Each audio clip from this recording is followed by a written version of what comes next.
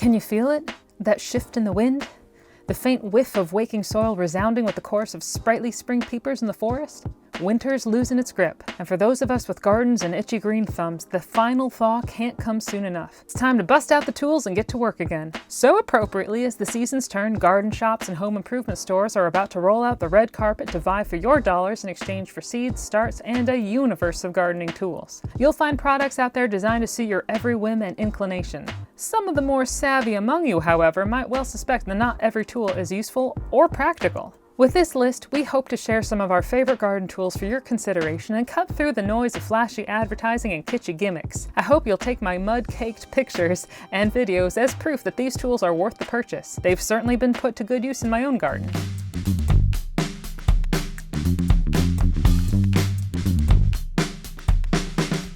Number 1, the Pickmatic.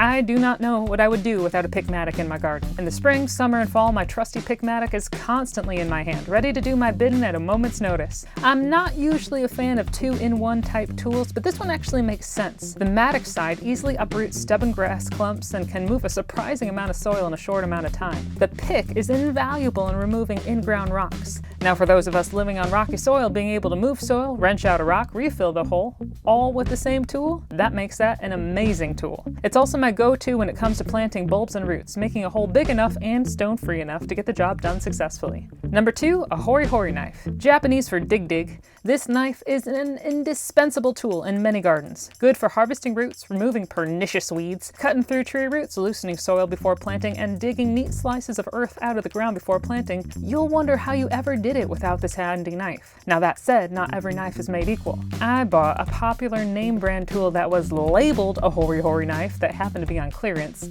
and I quickly found out exactly why it was on clearance. The inexplicably forked tip was probably meant to be some sort of fancy weeding tool, but it completely weakened the knife's integrity and the thing snapped the first time I put it in the soil. My recommendation, therefore, is to avoid any knife that seems to have some sort of modernized, gimmicky element added. When it comes to the Hori knife, the traditional shape is that shape for a reason. It's been working since the 16th century. Also, knives forged in their Japanese birthplace will probably be made with much better quality than US copycats. Number 3, a Japanese weeder. With a perfectly angled, sharp blade on a handle, this tool is ideal for garden bed maintenance. It slices neatly through most weeds, although it admittedly doesn't handle grass clumps or woody growth quite as well. When it comes to routine day-to-day weeding, this handy little weeder is easy to whip out and nip those unwanted plants in the bud, so to speak. And as a bonus, it skates along the surface of the soil, leaving the layers undisturbed and allowing you to quickly accumulate a tidy pile of greens to either throw to the chickens or use as insta-mulch. Number 4, a pickaxe. If you're establishing a new garden, the pickaxe is a lifesaver. I've tried breaking sod with a hoe, like I thought you were supposed to do, and all I ended up with was a backache and a frustratingly small amount of work done.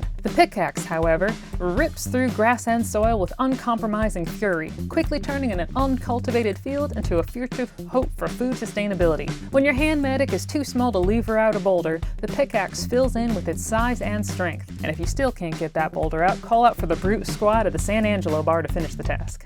Number 5, the Stirrup, or also called the oscillating, or also called the scuffle hoe. The bladed head on this strange-looking hoe is supposed to be loosely attached, so don't worry when you hear it wiggling. Used correctly, this hoe slices on both the push and the pull stroke, cutting weeds while only disturbing the top quarter-inch of the soil or so. If you have established garden beds and don't want to disturb those layers of richness you've worked so hard to achieve, the Stirrup hoe can remove weeds effectively with surprisingly little effort. As a bonus, you can work it while standing up, saving you from potential backache.